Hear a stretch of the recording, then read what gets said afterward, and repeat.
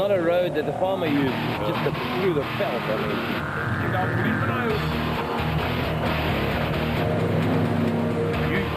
Racing on my behalf and you must race against Schilling. And I know you can beat him with R1,000 safe. Okay, please, my buddy. Don't let me down now. I know this is a Class B car, but you can win. Yeah, but he's old. No, he's old. No, he gets fired. It's a wonderful way to celebrate your birthday, to be involved in the sport that you love and with a chance to win. I think it's a wonderful way to celebrate my birthday. Thank you for the party that you guys organised for me here. Brandon Harkes was licking his wounds after his prologue defeat. It's never nice to lose, but congratulations to Shamir. He did an unbelievable job to bring a brand new car first time out. Today it's going to be a good race. It's actually nice that there's some new cars, new blood coming back to the sport, and it's really exciting. We've got 21 Class A cars, and the competition is really good. It makes us go one better, and we'll see. Today should be a good race. Dust was on everyone's minds. It's a beautiful day, there's not a cloud in the sky, but there's also no wind either, so the dust is really going to hang. It's dry here, and although we're only 40 seconds behind the leader, effectively when we start, I think we immediately will be a couple of minutes behind. So I think it's going to be a bit of a waiting game all day. We're going to have to unfortunately wait for the Nissan to have a problem, see what happens there. And just, I think, drive carefully. It's a hard race. I think it's going to be a good 6.5 hour race. The Nissan Sugarbelt 400 always attracts huge public interest, and this year was no exception.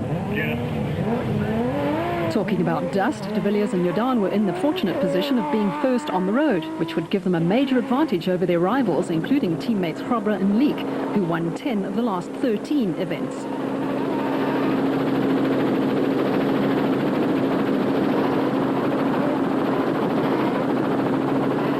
The former production vehicle champions were keen to pick up their second win of the 2004 ABSA Off-Road Championship, but would have to contend with reigning champions Grobler and Leek.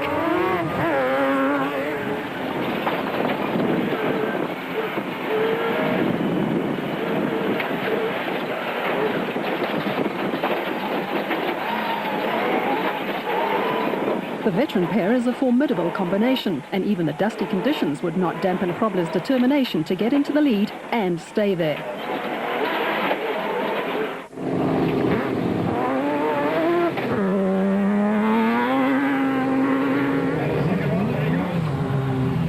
Variawa and Dudia were next off the line and as determined to get into the overall lead on the road, let alone in the special vehicle category.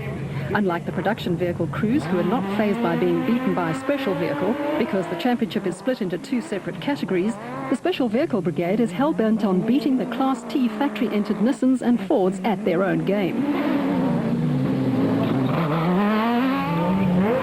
The dust was getting worse, and Woolridge and Schulthammer would at times be forced to slow to walking pace. Former circuit racer Voss would be forgiven for thinking he was starting from the front row of the grid at Kyalami, but he came off second best in his spat with Woolridge and would have to eat the Ford's dust for a while to come.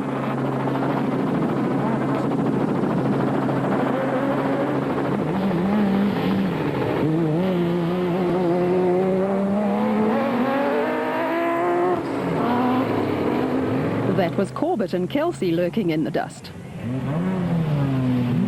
There was drama at the start for Berthold and Kennelly. The lights of their bat had fused and they were required, for safety reasons, to repair them before they could continue. Berthold claims he was told to continue, but the organisers disputed this fact. Botha and Swart have what it takes to win, but mechanical problems have sidelined them more often than not, so they have yet to realise their true potential. The same applies to Marsh and Whitehouse in the Nashua Mobile Jimco. Botha and Swart had a 1-minute dust gap and a relatively dust-free run, but pity Marsh and Whitehouse, who were only 4 seconds behind the Procoat Jimco. Van Jaarsveld and Lindeque were a further 3 seconds behind in the Class B leading Aceco, while Nick Harper and Andrew Chalupsky in the Audi V8 powered bat were trying every move in the book to get by Henry Kirstein and Renier Juster in the Class B Atlas Copco bat.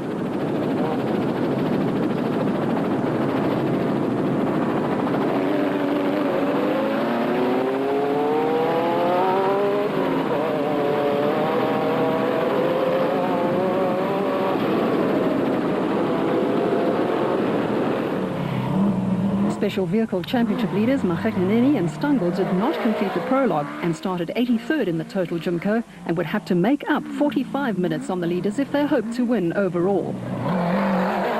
The fuel pumps have packed up. We've had 3 of them pack up now, so we don't quite know what's going on. We flew some fuel pumps in last night. They arrived this morning at 6:30. We put them in. It's doing exactly the same thing. The fuel pressure just falls off. It's got voltage. It's got everything. So we're just not sure right now. And the odds of getting going? Probably pretty good, but the odds of doing well in the race are pretty slim. So we'll just have some fun today. De Villiers and Jordan were on a charge in the proudly South African Nissan hardbody and steadily increasing their lead. But interestingly, De Villiers was already starting to suffer from motion sickness.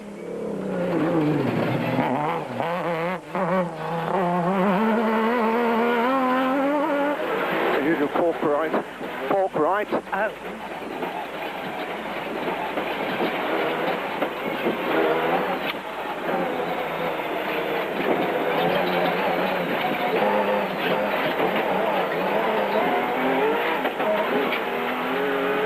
And then we've got a hump and straight over to the right.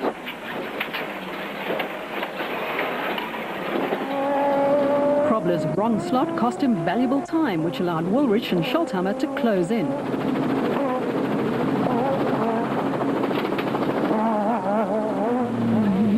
Changes to the setup of the Team Ford Racing Ranger appeared to have been successful, and the former champions were able to keep Vos and De Steger at bay. Cox and Pitchford were 5th overall and leading Class D in the Arnold Chatz Cars Nissan hardbody, which is now being prepared by Nissan Motorsport and has undergone some radical changes in the suspension and drivetrain department.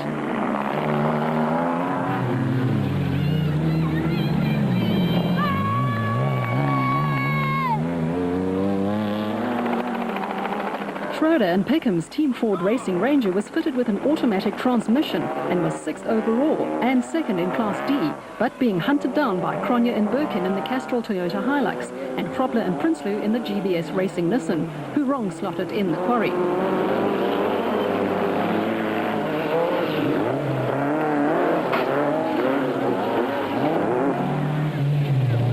Cronje and Birkin were outgunned in the horsepower stakes, but the karting world champions' driving prowess came to the fore.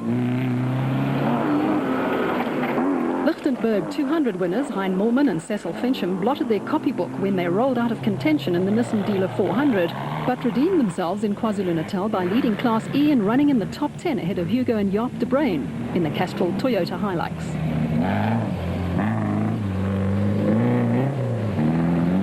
Durbanites Zane Pierce and Henny Vosloo were 3rd in Class E. It wasn't long before disaster struck. De Villiers and Jordan had to stop when a wheel rim on the Nissan broke and they gave up the lead to Krobler and Leek, and then had to stand by and watch as the Ford streaked past.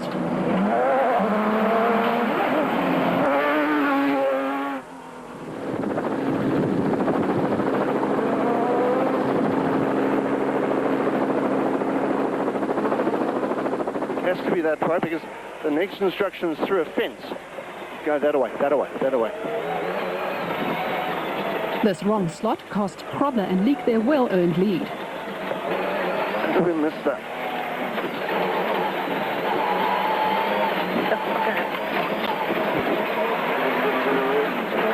Caution ditch. The chase was on. De Villiers and Jordan gave up another position and were now 4th behind Vos and De Steger, who have yet to win a race overall.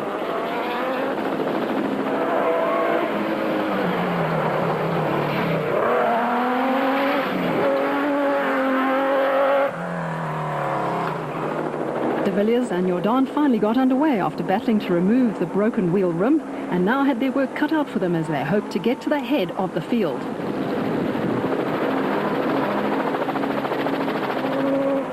De Villiers is no stranger to coming from behind and winning, so he wasn't too concerned about making up lost ground, provided the motion sickness didn't have too much of an effect on him. Class D championship leaders Piazza Musso and Herring had brake problems in the prologue and started 37th in the Castrol Toyota Hilux 2.7i. Many crews wrong-slotted at this point, and it was an opportunity for some to gain positions and others, like Piazza Musso, to lose some.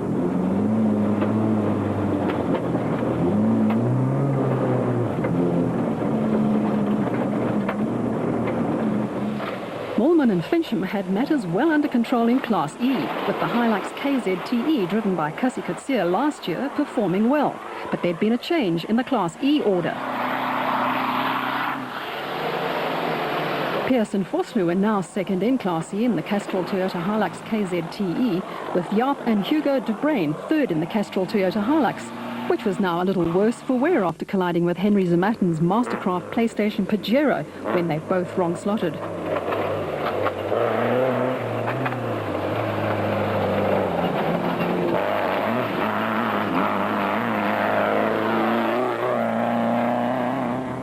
Piazza Musa and Herring were slowly making their way up the leaderboard.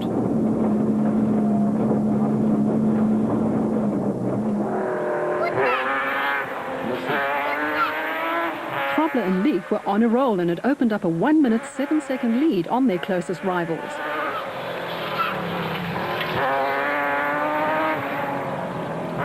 Krobler was clearly at home on some of the rally-style conditions in the Nissan Sugarbelt 400.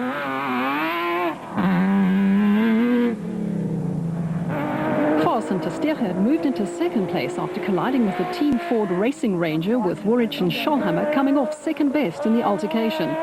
Voss almost threw his hard-earned second place away when he wrong-slotted.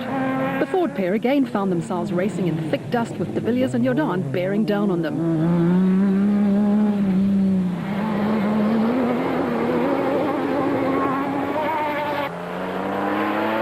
Cox and Pitchford were having a great time in the Class D leading Nissan hardbody.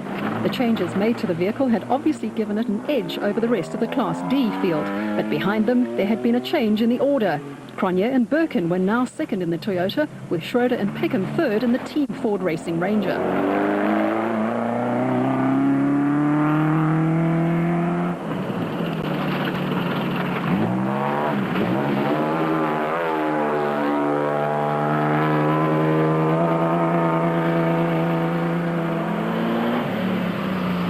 Hein Krobler and Gerard Prinsloo in the GBS Racing Nissan hardbody were fourth in Class D, but there were problems for Class E leaders Bullman and Fincham. They got stuck at one of the many river crossings, and you guessed it. The Good Samaritan of off-road racing, Henry Zematin, came to their rescue and towed them out of harm's way. Their race was run, but the Mastercraft PlayStation Pajero and a gaggle of other vehicles could continue.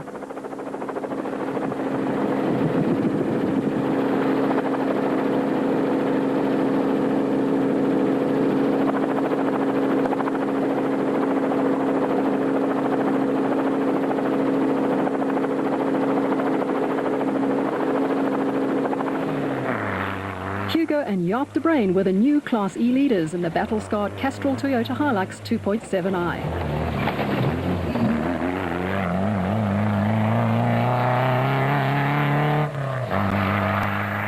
Husband and wife Nielsen Zelda van der Walt were chasing the Toyota pair hard in the diesel-powered Nissan hardbody, as were third-place Class E crew Yuri and Andre Duplessis in the BB Auto Nissan hardbody. Could that elusive Class E win be within Nissan's grasp?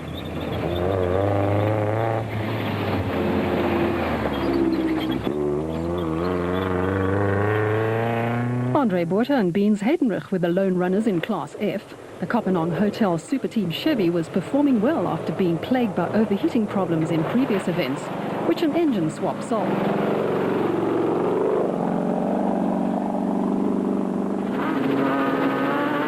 But the Nissans and the Ford have the fuel range that allows them to complete a race without stopping at the designated service points, unless, of course, if they have some problems.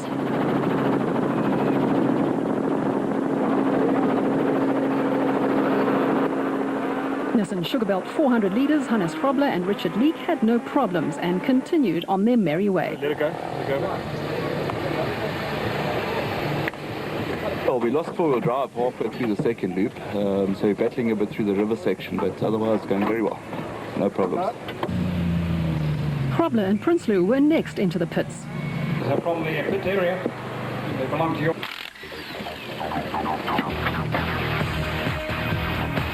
50% of the race completed, and there were 5 Nissans, 2 Fords, 2 Toyotas and a Pajero in the top 10.